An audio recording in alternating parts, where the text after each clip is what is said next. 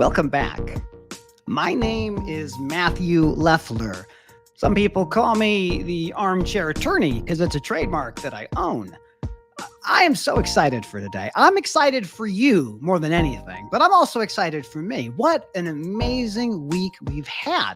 So much really interesting stuff to talk about. And to begin with, I have to thank the sponsors that make all of this possible. Today's sponsor, as always, is our friends at DAT. Dial a truck, DAT, whatever you prefer.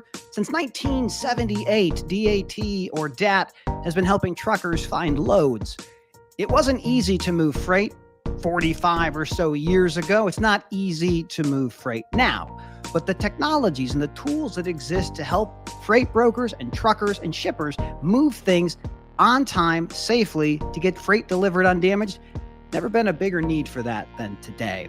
I am also very proud of a brand new sponsor that we have. And you saw the image right before I joined up with you. And I want to talk a little bit about this incredible sponsor. For those of you who don't know, I love space. I think we all can agree space is pretty big.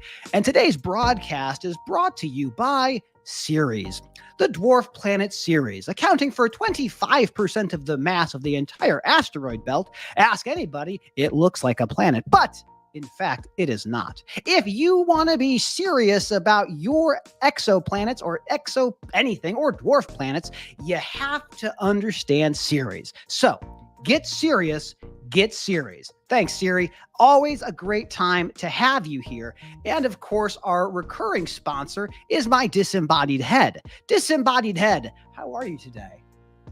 I think he's doing well.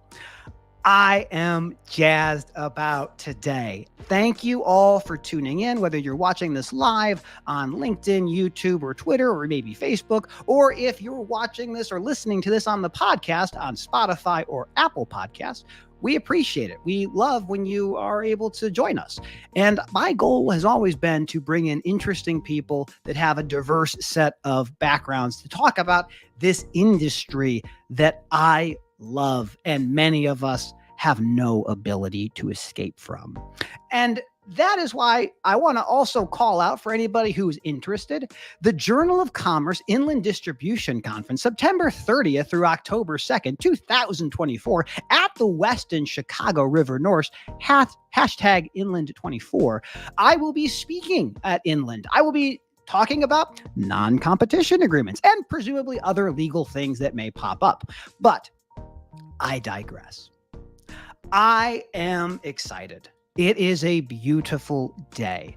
As a father of four, there's nothing better for me than to talk to other fathers as they navigate the world of having so many children. And I don't know which hat to have. I have my Please Advise hat. If you have been following this movement, and I hope you have, you will know who my next guest is.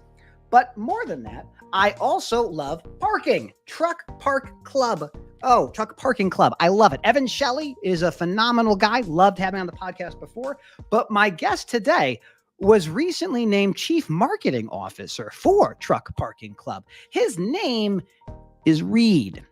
Reed Lustelo or Lose-A-Lot. I don't know. It seems there might be some confusion internally, but here's the thing. Reed has captured something in this industry like lightning in a jar.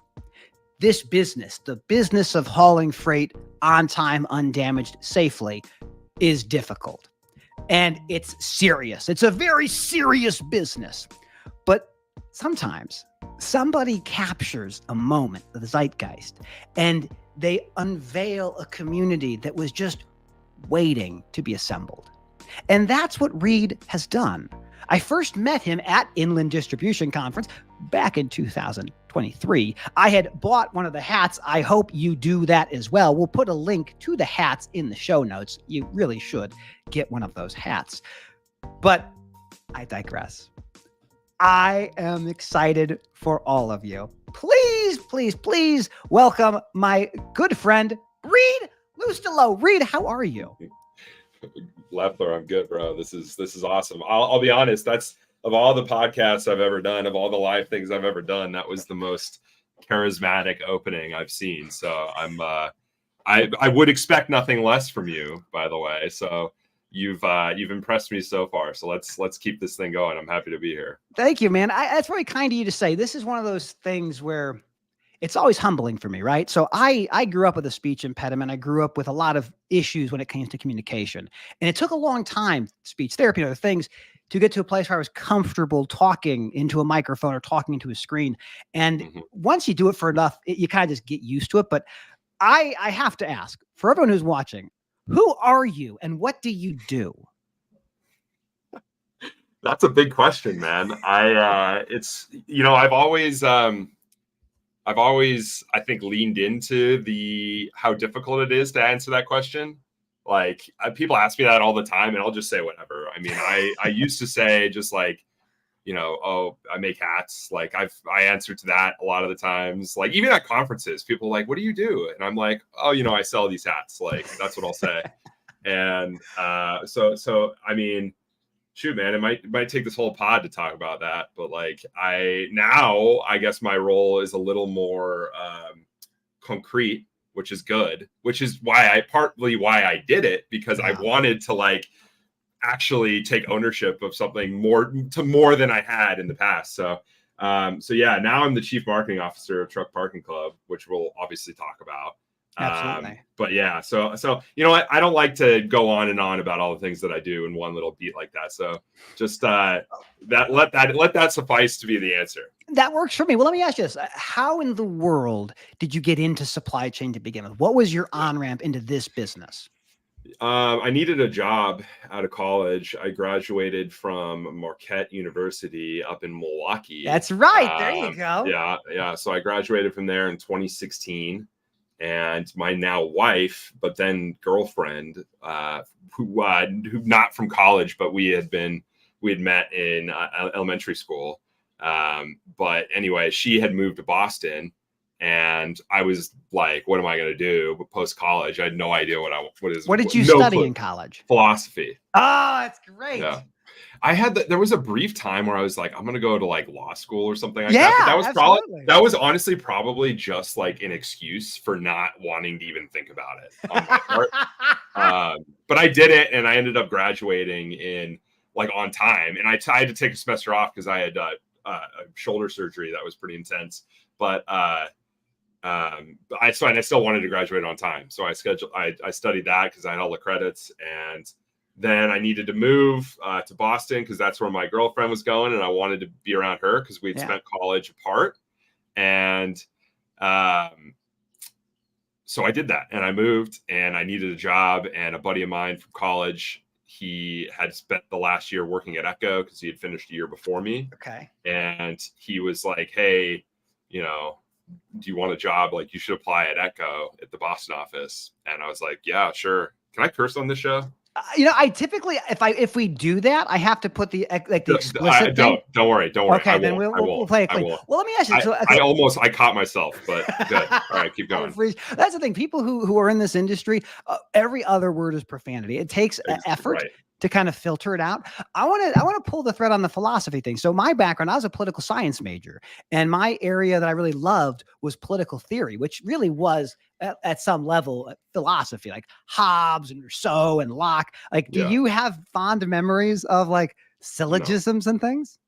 No. I would say I think that my interest in philosophy is there was not much overlap between that and academic philosophy. Like academic philosophy is like very esoteric and can get just like so, in my opinion, detached from like what all of the OGs were saying or talking about, or the issues they were discussing. And now we're just like talking about it was just like it felt like a language game. And I just like hated, hated that. It drove me crazy. And so they're not to say that the classes I took were bad. It's just that it just wasn't super interesting to me. There was no practical application. So that was for me after I graduated, I was like, okay, no one's hiring political theorists or political like philosophers. Like no one's asking that. So I went to law school because I didn't want to be an adult. I said, let's just take 3 more years and we'll figure this out. So you go to Echo. Are you doing sales to shippers or are you selling to carriers? Okay. So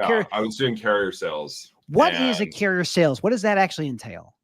It's just a guy who looks at a guy or girl, obviously, who looks at a giant list of shipments, company loads that had been acquired by the customer reps. Mm-hmm. And you look at a giant list of those and you go out and find trucks for them. And so you just call carriers and offer them freight.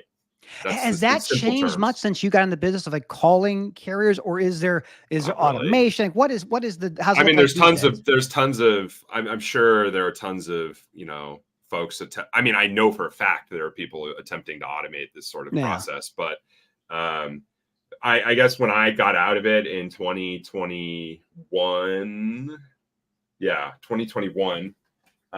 that's when I stopped at Echo. That's when I quit Echo. I mean, it was so manual, and I can't imagine it's very different now, to be honest. Like yeah. Well, that's the thing that amazes me, because like I remember, I think Craig Fuller from FreightWaves put out something a while back about like how much freight was moved by brokers 20 years ago, and it's like 6%. And then you fast forward, it's like 20%. So the way that freight moves today is different than it was before. Yeah. How many calls a day are you doing as a carrier rep trying to find a truck to go move the load? How intensive is that process? It can be very call intensive. I mean, it could be, dozens, if not, 100+ calls a day. I mean, when you're like, that could be starting out, but when you, and even if you're senior, that still might happen. You might have days like that. But as time goes on, like the idea was that you would be building relationships with carriers, and that you wouldn't have to spend your entire day basically cold calling carriers who like tell you to, kick rocks, basically. Yeah, absolutely. And so like once you had been in the job for a while and you had like a good, Rolodex of carriers, it was a bit of a different game, I would say. Like you're still trying to cover freight, but you were just playing different. You're just kind of playing it differently. Do you see people would go from carrier sales to get to like selling to the shipper, or is that like a different path? I know the way we did it was not like you didn't have to do carrier sales to then go do customer sales. So people started on either side. I mean, I have heard people say, I don't know, I won't attribute this quote to anyone in particular, or this idea, but it's like, I think it's incredibly important to understand like actual life cycle of a load, right? And like deal with the issues and like basically being a carrier rep. Like I think that's all critical kind of experience if you're going to go try to sell shippers. So you leave in 2021. Why did you leave? What we wanted to do next? I went to work at Trimble. A buddy of mine, Mike Kennedy, shout out Mike Kennedy. He was my manager at Echo. He hired me in Boston in 2016. And then he had moved on to Trimble. I don't remember when he moved, but it was like 6 months before I did. Okay. And so he asked me if I wanted to, he basically was like, hit me up. He's like, hey, you're interested in a gig. And he was like, and I was like, yeah, grass is always greener when you're moving freight for a lot of people. Like it's very, very, very stressful. And you're always asking yourself like, hey, there's the exit. Should I get the heck out of here? This place is crazy. Like how long can I possibly do this? Everybody, I think, goes through that. And it got to me after a certain time, 5 years or whatever. And I was like, all right, I'm going to go do something else. What did you do at Trimble?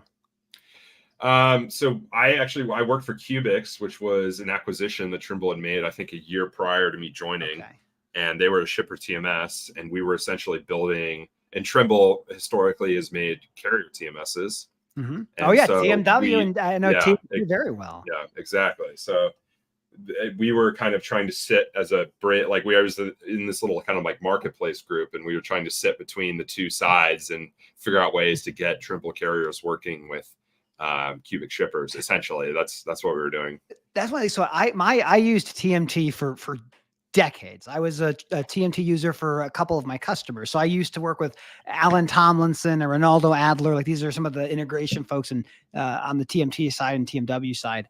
And it was always surprising how many motor carriers that are big use Trimble. Like it's like 20% of trucking. Oh yeah. It's a gigantic. They're big. They sell a lot of software. Well, so are you doing sales within Cubic? Is that what you're doing? Not really. I was literally, I was on the carrier side. So I was essentially being like a meta carrier rep and trying to just like connect Trimble carriers, trying to understand Trimble carriers and then go and connect them to Cubic shippers, essentially. Yeah. And then, so I did that for a year and change. And then they ended up axing half of Cubics. I don't know the exact numbers, but at first I think it was like 90-ish people. Wow. And then, it was me. Yeah. So I got fired, laid off, whatever. I mean, no hard feelings. By termination of the employment relationship. Yeah. Termination. Yes. And that would have been April of 2022. So or maybe it was March or April. I can't remember. And does this become the catalyst to make your own thing, or did you just do something after Trimble? Yeah. So after Trimble, I went, my buddy Rob Liss, who you may or may not know. I know Rob through the internet, at least. Yeah. Rob's a really good dude. And we were coworkers together at Echo, and he left. And then I did my Trimble thing, and we just stayed in touch. And he was like, "Hey, do you want to?" He had since become, like head of sales. I don't know what his title is exactly, but for an Armstrong transport agency. And he was like, "Hey, do you just want to come over here? Excuse me, and do 1099 sales?" And I was like, I knew that I really didn't want to get a job, like at all. Like I got fired, and my wife was pregnant, and Yeah. And our kid was due. I think she was probably like 3 or 4 months pregnant at that point. And she naturally was like, "Oh, wow." Like, cause our insurance was through me. Yeah. And so she was like, "What do you like? What's going on?" Like, Cobra, right? Yeah. And dude, Cobra's like $2,000 a month. Oh, I know Cobra was insane. Well. Like, it was insane. There's a reason why G.I. Joe fought against Cobra, because it is so expensive. It was crazy. And so but when I got fired, I was like, dude, I'm not, like, screw this. Like, I can't, because I've always had an issue with, I guess, shutting up and doing a job, right? Like, I just am not very good at just not doing things that I'm like actually helping plan and like I'm bought into, you know what I mean? Like, I can't force myself to work. That's right. At all. Absolutely. At all. None. So you do Armstrong for how long before you start your own thing then? I literally went to Chicago to stay with Rob and like learn their TMS. Okay. And so we were in the WeWork in Chicago, and we were just talking, and I had been learning how to code. I've been teaching myself how to code for like a year and a half. That's incredible. At that point. And I knew enough to be very dangerous to myself and to other people. And so like me and Rob were talking about something, and I was like, well, I'm just going to go build that. And I can do it. He basically was like, "Hey, like, what do you think about a tool like this?" Essentially. Yeah. And then I was like, "Yeah, oh, great. That sounds like a really good idea. I'm just going to go try to do it." And so instead of like cold calling and like calling all the shippers that I knew to try to get some freight, I literally just spent the entire day building this like this web app. And then so basically that's kind of when it started. And then push came to shove, I was like, "Oh, like, this is a good idea. I should try to start a company and try to start like this. I'm going to try to sell this product basically that we had talked about." And so I spent a lot of time building just like a very crappy MVP. and whatever, I did it.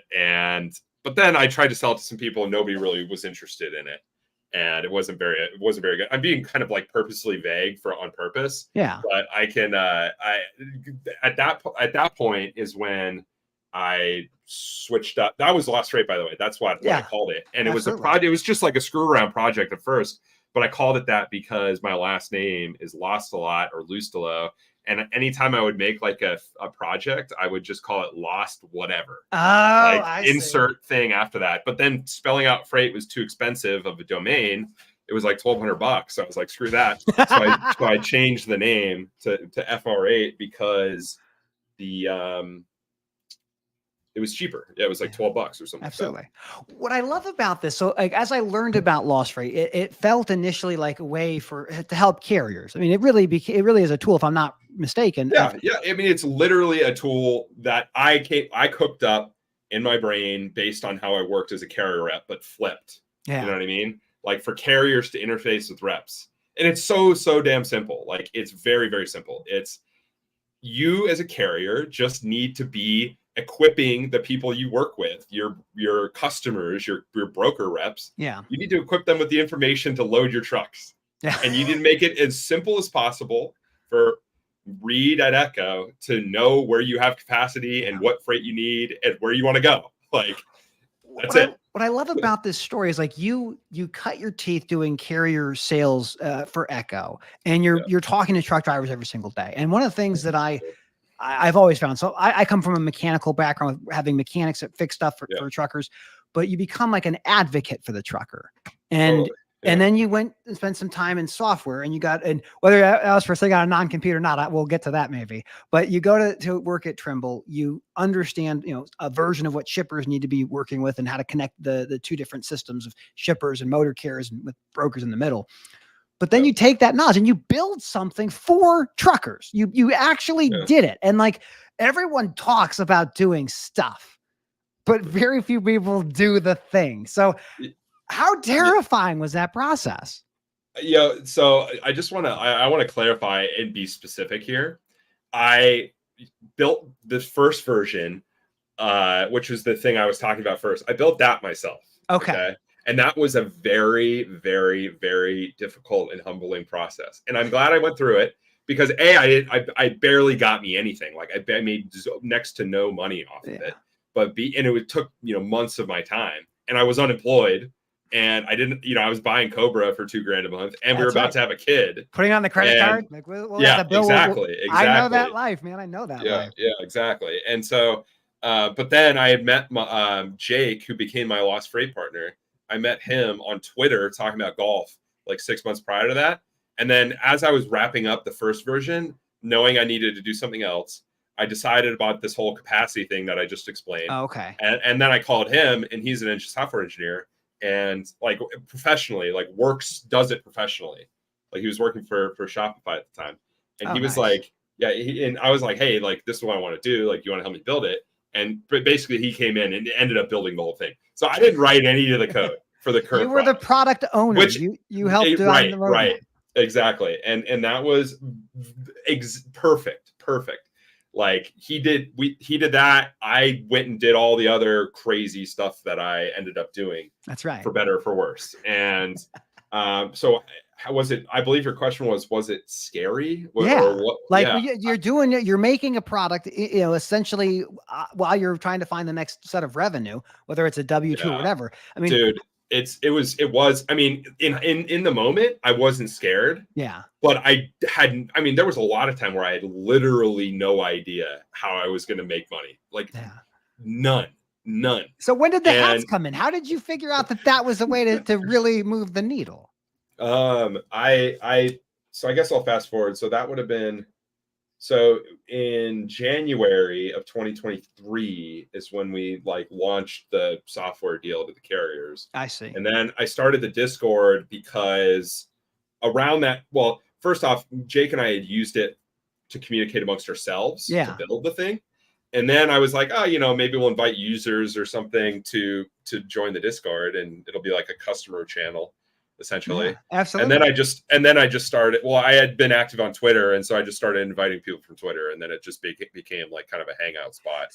I got into Discord because there was a show on HBO that I loved called Raised by Wolves that was canceled. It was a science fiction show, and it was canceled after, I think, 2 seasons. And there was a Discord in there where we would complain about how it got canceled and what was supposed to happen. Then I got the invitation to join you guys. How many people are in this Discord now? That's a good question. I think it's like, I'm gonna say 1,500, maybe 2,000. Yeah, it's 14 something. It's hold on. Oh, it doesn't even. Oh, there it is. 1470. 1,470. That's fantastic. I don't know why that took me so long to say. Well, we have a lot of people in the comments, and I'll get to their questions if they have questions. People, we are seeing what you're doing, but we're having a conversation. We're professionals. So you have become this force of nature. Did you ever anticipate that you would kind of get this following? Because I've heard people say, "Oh, the hats are like a cult or something." Did you know this was going to happen, or did you just kind of have the idea of that it would work? I had a pretty strong idea that it would work. I mean, to be fair, I think I have a difficulty with giving myself credit for things. Yeah. And because I don't want to be a douche. Sorry to curse. That's fine. You're good. You're totally good. Bleep that out. We don't have really an editing staff. That is not going to happen. That's okay. I really just wanted to be like, I just really don't want to be, which might strike some people as like, what are you talking about? Because I'm doing crazy things on the internet all the time. But like, I'm more just like we just got to take things to the extreme. You know what I mean? Yeah. Like you have to be crazy to do crazy stuff. And then as you do crazy stuff, what is crazy to other people doesn't seem as crazy to you anymore. And so you just do all these crazy things and you just think it's normal. It just feels like normal life now. And so, yeah. Well, okay, that's a great thread to pull on. So like finding out where the line is and then going to the line and seeing if you go over it. And yeah. I remember I did not attend because I was not able to get to F3, but you took the center stage. And this is a place where yeah. companies that have raised millions of dollars, tens of millions, raise tons of money, and they get their little window, their moment to present to the entire trucking community or the logistics community at large. And you have this opportunity to do this. And what happened next? I demoed freightgong.com. What in the world is freightgong.com? It was just a gong. It was just literally a digital gong that you can click. And it makes a ring. It rings. So you, instead of hitting it physically, you click it digitally, but the end result is the same. But you had an actual, I mean, that's a software product too, but you had a thing. Like you actually had a viable product software that you could have demoed, but you opted to do something totally different. Well, first of all, they asked me if I wanted to demo the gong. And so I wasn't going to get up there. Like, so I used my speech to reverse psychology pitch all the serious things that I do, but the speech was actually about the gong. But it was also part like just like critique of demos in general, which is just like, come on, like I basically wrote an absurd speech, I guess, and then the demo was literally just me clicking the gong. Well, and this is the thing, we don't have like an Andy Kaufman in transportation, like that kind of level of innovation and absurdity and just kind of general creativity is not here in the business, but you have brought that. You are prolific, and I just find it absolutely phenomenal. What does your wife think of it now that she's been through the journey? Is she excited? Yeah. I probably excited, apprehensive. I mean, she's not apprehensive, but like she's definitely excited about like how things are working out for us. I mean, I'm trying to make some moves, and we'll get to that. But yeah, no, I mean, she's been ride or die the whole time. She's never really ever really said, "Hey, Reed, like you should really go get a job." You know what I mean? Like she has literally never said that to me, I don't think, which is crazy because she's literally had a kid and had a kid and been doing that the whole time on a shoestring budget, wondering like, is this going to work? You know what I mean? So it's interesting. So I've lived that same experience. Like my wife and I, we will be married 16 years in August, been together for 19. And we've had several times in my career where I get to a place where like, this is just not for me. This isn't what I want to do. I'm going to do something different.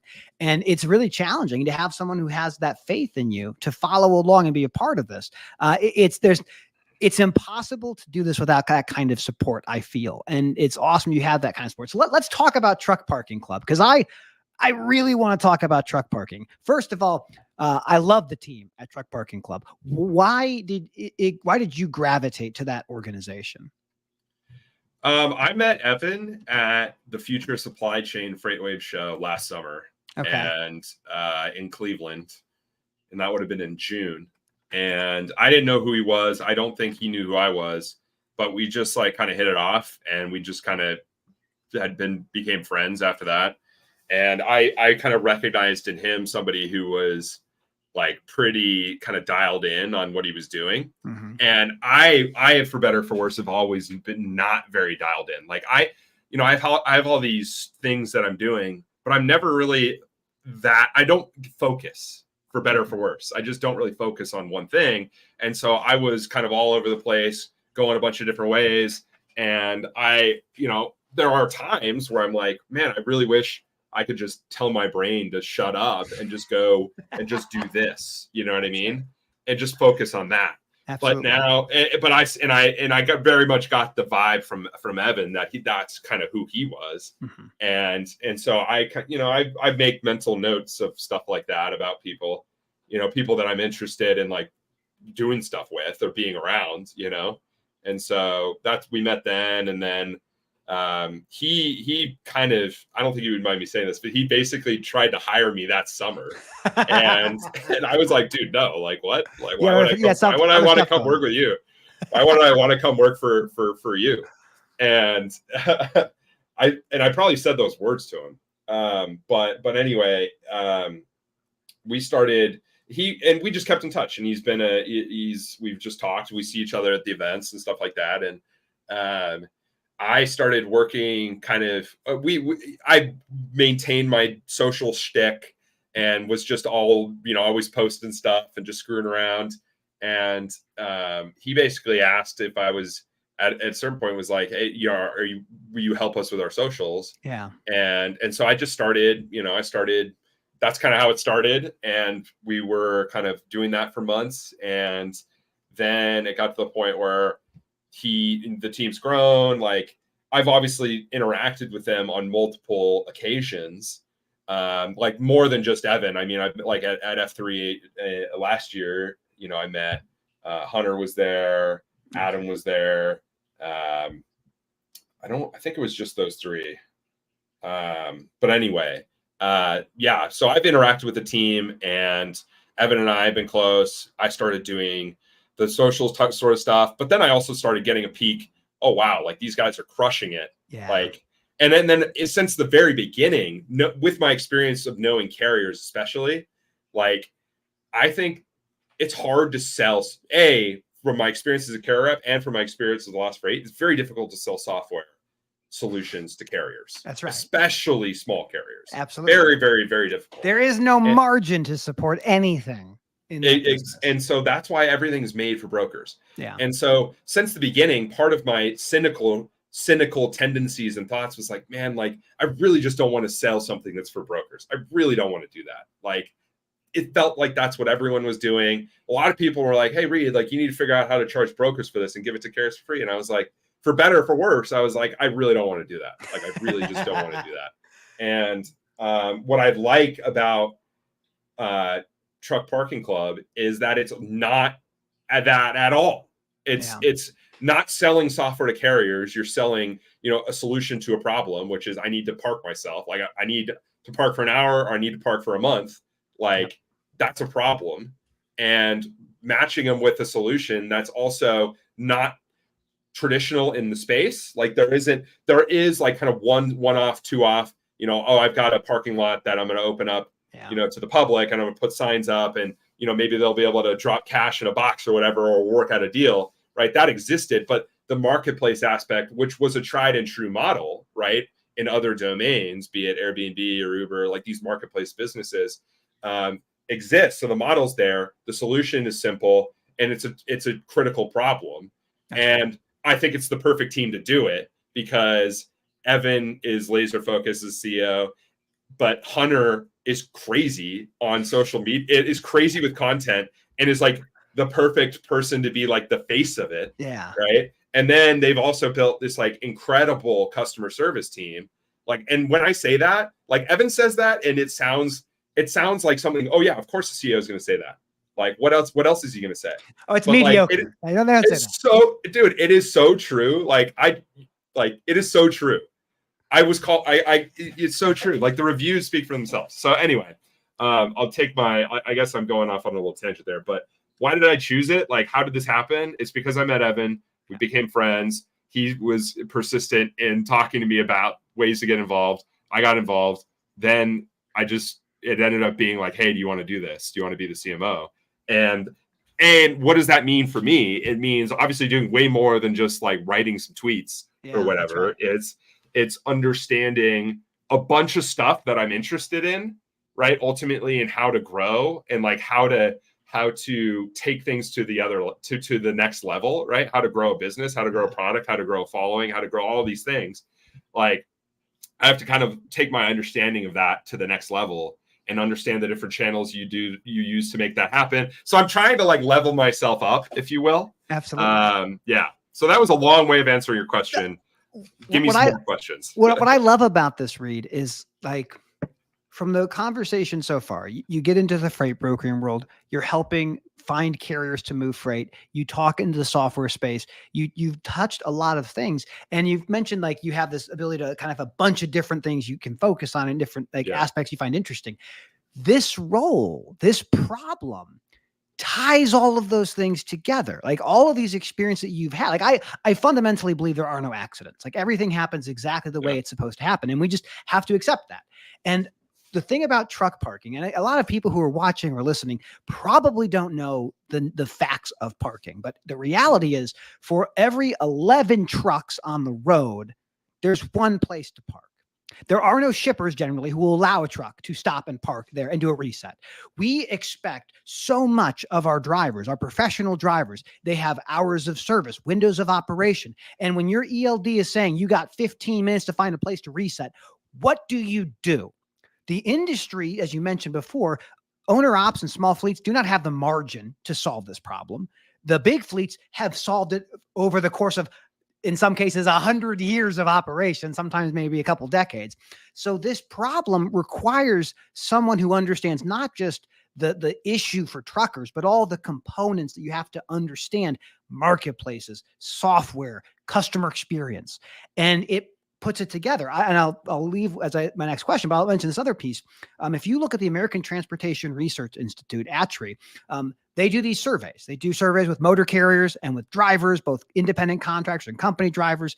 And it is almost impossible to get those stakeholders to agree on anything. But the one thing, other than speed regulators, that they all agree is a very important topic they have to solve is parking. So this is the moment, the man, and the problem. And I think when you announce this, like I think it's yesterday, which is fantastic. It gets me so excited because there is no better group of people to tackle a problem that your drivers that you worked with for your career have been struggling with. So I guess the question I would lead into next is, where do you see Truck Parking Club going? Like where is this thing going to go with where do you want to see this thing move to? I mean, thousands of property members of locations, 5, 10,000, right? I mean, Evan throws numbers out like that all the time. Absolutely. So yeah, I mean, massive scale and making a serious dent. I don't think that we would say that we are the sole solution to the problem. Obviously, it's a multifaceted solution problem in and of itself. But then the solution is so, it takes such a large effort that like it physically couldn't just be us, right? And there's there's nuance to when it's the right time to use us, when it's the right time to just park at a rest stop, whatever, right? And those are all decisions and options that drivers have. So really, the solution is we hope to be a significant part of it, obviously. But the solution is that tailored or partnered with or tandem with or paralleled with, whatever phrase you want to use, government investment, state investment, DOT effort, that sort of stuff. So yeah, I mean, we definitely view ourselves as wanting to be part of the solution, a serious part, in adding tens of thousands or adding thousands, maybe who knows, 10,000 plus places to park properties, member properties. So Yeah, I mean, it's a huge problem, and we want to be part of the solution. So that's where we want to go. What gets me excited about this, and this why I talk to Evan about this every time I see him, which is about autonomous trucks. And this is when I think a large segment of people go, there's the robots. They're never going to be here. But the thing that I look at is what's going to be the future of transportation will be driverless trucks doing exchanges at facilities, picking up trailers or whatever. And I look at what you're doing with Truck Parking Club as building out what could become the nodes or the little like spots where these exchanges can happen. So I look at the problem you're solving now and I think, oh, I know the next problem they're going to tackle. Give them 5-10 years until there's market adoption. Do you think about the robots often? Personally, not really. And I think that I won't speak for Evan necessarily, but I imagine that he's more focused on like the very acute issue now and not as like pie in the sky. I think there very well may become a time where that might change. I don't anticipate it's anytime soon though. Yeah. And by that, I mean us taking seriously the idea of, oh, okay, we've got this parking thing solved. Now let's go worry about being a relay yard for autonomous fleets. You know what I mean? And I'm not even, I love the idea. I love just progress. And so I imagine that will happen at a certain point. And should we be fortunate enough to exist as a company and have solved our main problem, who knows? Maybe we'll worry about that.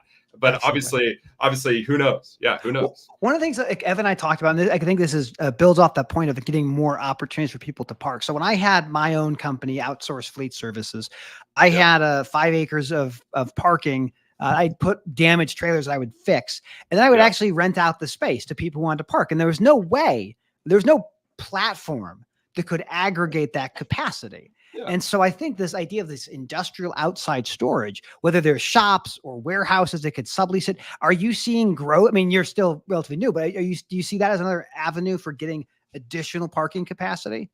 Yeah, I mean, obviously our property team approves or denies everyone who signs up to host to list spaces. But I mean, you see everything: trucking companies, truck repair shops.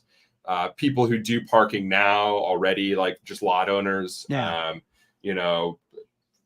towing companies, like all the above are potential places that are suitable to park trucks. Like we don't want, your neighborhood front yard, like to be a property. Like no driver is going to want to go there because the customer experience is so critical to growing these businesses that like the one time we screw that up, that has like ripple effects. Like and so that's why the property process is so stringent. That's why we have the checks in place. And frankly, they've been, I guess I'll say we at this point, like we've been doing it for a while. And so the processes are there and we've got a kind of a tried and true model. And so the customer experience has to be dialed or else it won't grow. It won't go anywhere. So, well, and you're part of the value prop, I imagine, for people who own real estate is like, well, why do I need to have an intermediary? But the reality is like people are buying things differently. People are not buying things with a telephone. They're buying them through a cell phone. They're buying them like through pressing buttons, not speaking to people. So making it so that someone who is let's say not digital native to be able to receive requests to get occupancy in their places is probably a compelling thing. I mean, at the end of the day, if I'm a property owner, I don't care how you get to me. I just want you to get to me. So this aggregation of capacity, it's fascinating. Yeah. I mean, it's, marketplaces in general are very interesting businesses. And they're difficult too, because they've got like the chicken and egg problem, right? Do you need to grow? Like you need to balance supply and demand. It's, we've got capacity, we've got demand for parking drivers, right? On the demand side. And then on the supply side, you have spaces, properties, and growing them both. They may require different efforts to grow either side and different marketing efforts, and it's just a very interesting balancing act. And so we are distribution for property owners, right? Right. Exactly. It's difficult to market yourself. And there are parallel issues between that phenomena, like property owners having a difficult time marketing their spaces, to carriers having a difficult time marketing their capacity, right? Marketing themselves to brokers and to shippers. It's a very, very similar issue, but just existing in different places, I guess. Absolutely. Well, you're trying to build the flywheel, like to get the momentum, to get the growth, you need to have one side of the marketplace being enough to bring the people in. One of the things I find really exciting about what you guys are doing is understanding the other things the companies do, property owners. Like, do they have truck washes? Do they have a shop? Do they have this or that? And I look and go, every single one of those additional services becomes a thing for the marketplace to consume and connect. So it becomes this, it starts off as like, Amazon starts with books and people go, oh, well, I don't care about books. That's like 1% of my revenue. And then it becomes everything. And they're like, oh no, it's too late. So I see the pathway for a truck parking club to grow into so many different places. How do you envision like the next few months? Look, are you going to be traveling like crazy, going to trade shows, or are there other things happening in your life? Yeah, you're teeing me up. I won't be traveling anywhere for a bit because we're about to have our second daughter in 3 weeks or so. Woo! Congratulations, buddy. That's amazing. Yeah. So I won't be going anywhere for a bit. I'll probably, I wouldn't surprise me if Inland was the first show that I went to. Oh, I hope I see you there. That would be very, it'd be a really good, like that's how I first met you. I'd see you again. It would be fantastic. I think that's a great place to go. It would only have been a year. That's right. That's right. It's crazy. Yeah. It's so strange how time moves. Like, I'm an old man. I'm 39. I don't know how old you are, but like time I'm 30. moves. 30. Oh, you're just a kid. When you get to be my age, Reed, it's you wake up, you're like, did I work out yesterday? It's like, no, it just hurts to be alive. It just hurts to be alive. Let me just plug JOC one more time. Please, people, September 30th, October 2nd, you should go. It's a great thing. It's a great thing. All right. So we've covered how you got into this business. We covered the different places you've been into and the things you find interesting. At what point did you realize you can't escape supply chain? At what point? I would say that I didn't make any serious attempt to escape. The door is always open, right? You can always, like, I heard somebody say this on I don't know if it's on a podcast or what, but it was like, for a lot of people, their job is like a prison cell that they're in, but the door is literally open and they can leave whenever they want. You know what I mean? But you continue to stay there. And that's like very true. You know what I mean? And for me, it took firing to getting fired to realize, oh, I'm going to walk out the door, and so I never really tried to leave freight. I don't think there were moments where I was like, I would love to not do this anymore. Like, especially when I was, as a carrier rep, like when my day was ruined and like all the, like I had issues and all the stuff we deal with. There were definitely times where I called my dad and I was like, hey, can I come work in the golf business with you? And he was always telling you, and I'll never forget this sort of thing. He was like, Reed, like golf is a very small market compared to freight. Like just go play in the big in the ocean. Don't try to come play in the pond. You know what I mean? He's like, go be in a big industry and figure it out because that'll be better for you long term. And I was like, okay. Like, transportation is like, it's a massive industry, but it's very small. It's a very small business. And you have, I would have to imagine, are becoming, and you're a celebrity in the business. So when you go to a conference and people recognize you and they want selfies and they want to talk to you, how is that felt for you? How you embrace that kind of reality? Yeah. I don't know, man. It's definitely weird. I don't like to lean into this celebrity sort of thing. That's not my ambition. It is, it's hard for me to say that to acknowledge that that's real. I'm with you. Yeah. But yeah, I mean, it's cool though, because I've met going to conferences is awesome. Like you meet so many good people, like you have a lot of good conversations, and it's just really about the people that you meet. And not even necessarily like the demos you see or like whatever, right? You might just count it as success if you get to meet a couple cool people, and it just so happens that like through my efforts, I have gotten to meet a lot of cool people, and that's awesome.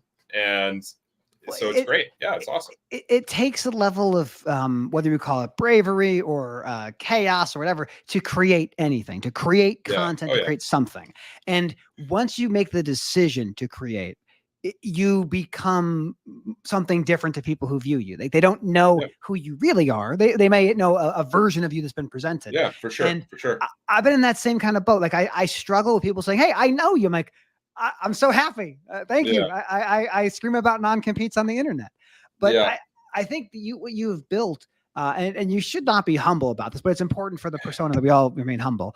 But you've done something very remarkable, and at such a young age, and the momentum and the interest you have, like this is an industry that struggles to recruit and retain young talent. Oh, 100%. Yeah. And you've made this thing something far more compelling. And I really appreciate that in you. Did you ever think when you went to Echo, like all those years ago, that you would be in the position that you're in now? No. No. No. No. Do you think you deserve it? Yeah. I mean, yeah.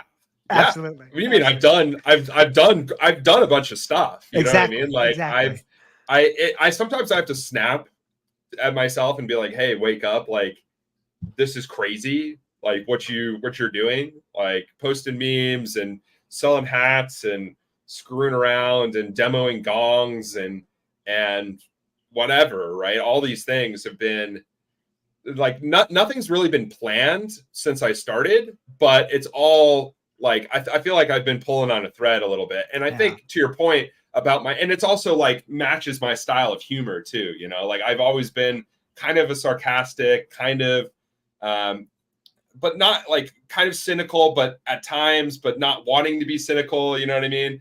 And my style of humor, I think fits very well with coping and dealing with being in freight.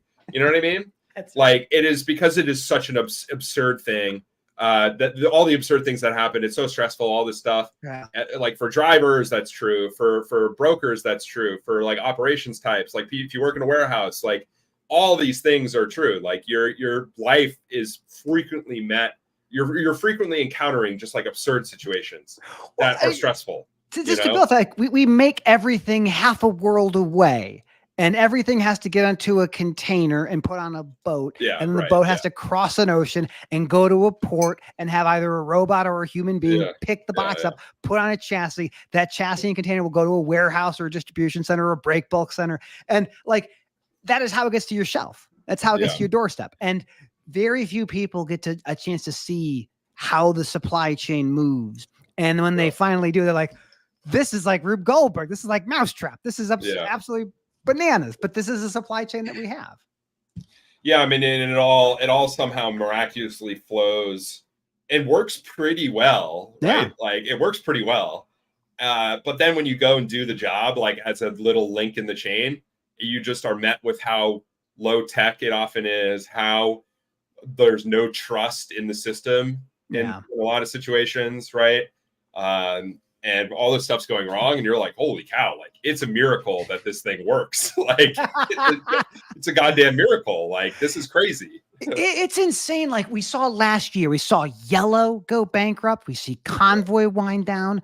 Like these are Yellow. If it was 1924, it started. Yeah. This was one of the last of the great unionized motor carriers. I think we still have ABF. We still have what used to be UPS Freight, used to be Overnight. Now it's TFI or T4, whatever they call themselves. But like the industry is fundamentally different. What I always tell people is like my dad's a roadway guy back in the 70s. So like if you find somebody who was in this business before 1980, like talk with them. Just like, how did you deal with finding out where your trailer was? Oh, we went and looked at them every day. Like it's bananas. Yeah. What are the problems you think are going to be the most interesting to solve over the next couple of years? Obviously beyond what we're doing, truck parking, I think that the all the compliance type, carrier vetting / like double brokering stuff, I think that'll be an interesting problem to solve. And obviously it's an acute issue that lots of brokers are willing to pay money to solve. That's right. So naturally that'll mean that there's a bunch of companies in the space. I think that's a good one to go after for sure. I would like to. I don't know what else. Honestly, on the whole automation thing, like on robotic trucks, I don't think about that a whole heck of a lot. I'll be Man, honest. So I I'm won't obsessed even. with that. I am not anti it. I'm not. I think it'll probably happen. Yeah. But exactly. I don't think about it a whole heck of a lot. Like the things that get me so we just finished up International Road Check, so that's always an interesting time of year. And I like to when I talk about road check to folks, about 1 in 5 vehicles that get inspected are going to fail. Like they're just going to be Yeah. unsafe at any speed. And if Yeah. you were in any other industry, and you have a 20% failure rate, you'd be like, Yeah. I probably shouldn't be in this business. Yeah, right. And I just want to know, like, well, I actually, when I was at IANA, I asked one of the FMCSA regulators, like, is this like, is this what we want to have? Is this the outcome we want as an industry where 20% of the vehicles on the road aren't safe? And they go, no, it's not necessarily what we want, but there's Yeah. really no easy way to solve it. And it's just, I hope that they can do it. That's why I think of the robots. They're going to require more maintenance or at least more inspections. So presumably the equipment may be safer, but I could be totally wrong. I do know that deregulation in 1980 reduced the cost of moving goods by $8 billion at that time. And it really came off the backs of drivers and dock workers and warehouse folks and mechanics and all that. I think that automation will do the work that deregulation began with. And I just think that, I mean, in Dallas right now, they're moving trucks with autonomous vehicles between Dallas and Houston every day. There's a safety driver there, but yeah, it's happening. It's going to happen. Like, so you're saying you think that it'll haircut the labor like the labor Absolutely in the industry? Yeah. Yeah. When we were at Manifest, I think I saw you at Manifest earlier this year, but one of the things that DHL came out and said was, you know what? We have 70% churn of our associates every year. We need to reduce our dependency on labor. And that's a really nice way of saying we need to not have humans anymore. And I don't see how it doesn't go that direction. I just don't. Yeah, I don't disagree. I actually agree with you. I was talking to Christian from Freight Caviar and I were talking about this morning. Yeah, I mean, I think that that'll be true for many roles in this industry. Absolutely. Yeah. I mean, I think like we looked at the TQL litigation for like because I went on your program and we talked about the TQL misclassifying exempt and non-exempt folks. And like that's going to accelerate the offshoring and automation. But the trucking side of things, the FMCSA has put out proposed rules to address level 4 and level 5, like remote operator, remote driver, assistant. California vetoed a bill that was going to mandate a human being in the truck. So like the regulations are going to shape up. And once that door opens, it never closes. It never closes. Yeah. I mean, I think that brokers and broker reps are going to get automated a lot, like a long time before drivers do. So if I'm a driver, like when I think about autonomous trucks, I'm not thinking, oh, I'm obsessed. We have to get the driver out of the truck. We need autonomous trucks, like fully autonomous. Like I'm much more like a driver. I mean, drivers handle so many edge cases when it comes to like piloting these things. They're massive machines. Like driver aid. Like, if I'm a driver, I'm thinking to myself, like, how can I leverage this as a tool to be more productive? Right? Like that makes sense to me. I don't think drivers are going to be automated out. Like maybe it happens long term, but I'm not like I'm looking at brokers much sooner than that. Like I would say so. The broker side, I think it with the ELDs and all of the ability to kind of track certain elements. I think to your point, you're right there. What I think about the autonomous trucks, I think about like warehouses in yards, like autonomous spotting trucks bouncing around in a non-DOT regulated area, or like a relay from travel center to travel center. So middle mile. That's why when you guys are, and again, like for future investors of Truck Parking Club, this is where there's a lot of money in this, is those nodes of this is where the human being, like who does the city stuff, who wants to sleep in their same bed every single night, goes off, and then a robot picks up that trailer, brings it to the next relay point, and then another human being or robot grabs it for the next leg of the journey. Yeah. I mean, it's kind of like you're kind of describing like more of an LTL network, but for precisely. And I feel like that is a possibility. Now we're getting close on time. So what I want to do is begin to wrap up today. But Reed, what are you most excited about over the next 12 months? besides having another child, which is also very Besides exciting.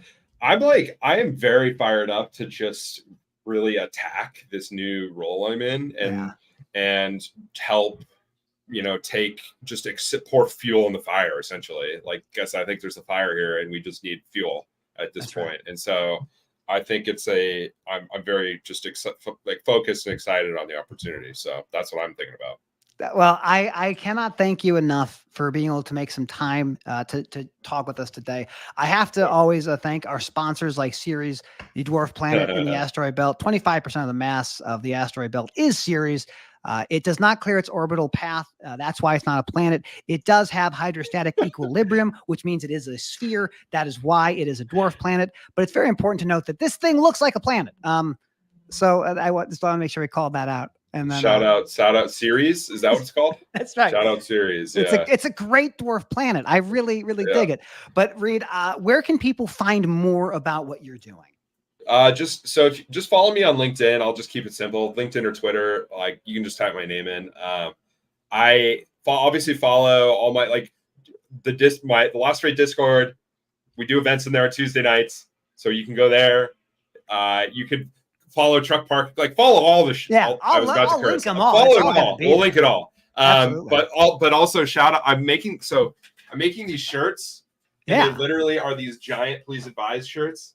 So those are going to be for sale for a limited time at shop.lostfreight.com. Well, Data 2 Roadside. We've had so many people. John Redvansky, thank you as always, buddy. I love Data 2 Roadside. He's fantastic. He is the man. Corey is the man. Fire going. Stacy's here. All right. Well, I'm going to kick you out of here, Reed. It has been an absolute pleasure. I cannot wait to see you live, hopefully in Chicago. Yeah, and I'll be there.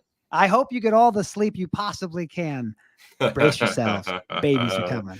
Yeah, you're right. All right, Leffler, I appreciate it, bro. Thank you, sir. Well, everybody, that's it. That's the thing. Let me put the music on. Here we go. I love transportation. I love to work with people who are passionate about the problems that are impacting truckers every single day. For every 11 trucks on the road, there's one spot to park. When everything that you care about comes on a truck, you should care about where your truck driver is parking. We talk about retention or shortage. There is a question about the shortage, but there is no doubt there is an issue with driver retention. And a lot of that has to do with the conditions of being a driver. It is difficult to find safe and affordable parking. If you're looking for safe and affordable parking, look for Truck Parking Club. I love that team. I'm a huge fan of Reed, huge fan of the team at Truck Parking Club. There is so much in this industry to be excited about. Bad times happen. Feast or famine is normal. This is the business of trucking. But what really, really matters are the innovators that are on the ground every single day, trying to solve the problems that impact this industry. Anybody who is a fan of helping truckers is a friend of mine. And I am so grateful for the opportunity to have you join me for this thing that we continually do. I'm blessed beyond measure for a lot of reasons. Floating Head, thank you for all your help today. Always a pleasure. And of course, a big shout out to our friends at DAT Freight and Analytics, DAT, Dial a Truck 1978. Look, you may already have a DAT account. That's great. You should keep it. If you don't, there's a link in the show notes that'll get you a little bit of a discount. 10% off for the first year, 12 months. Whether you're a broker, whether you are a motor carrier, DAT's got something for you. Helping truckers since 1978, that's a pretty awesome thing. Well, that's it. I appreciate you guys joining me as you often do, and we'll see you again at some point. And in the meantime, please enjoy the Dwarf Planet series.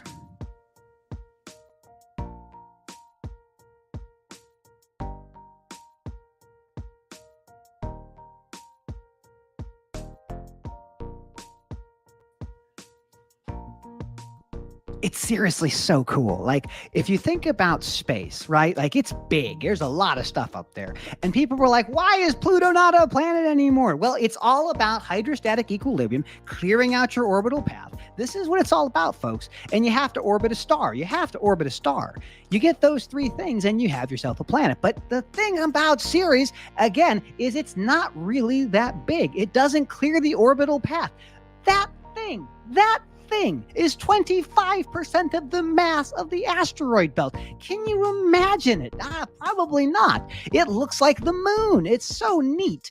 There's other dwarf planets out there. I like a lot of them, but this one is by far my most preferred.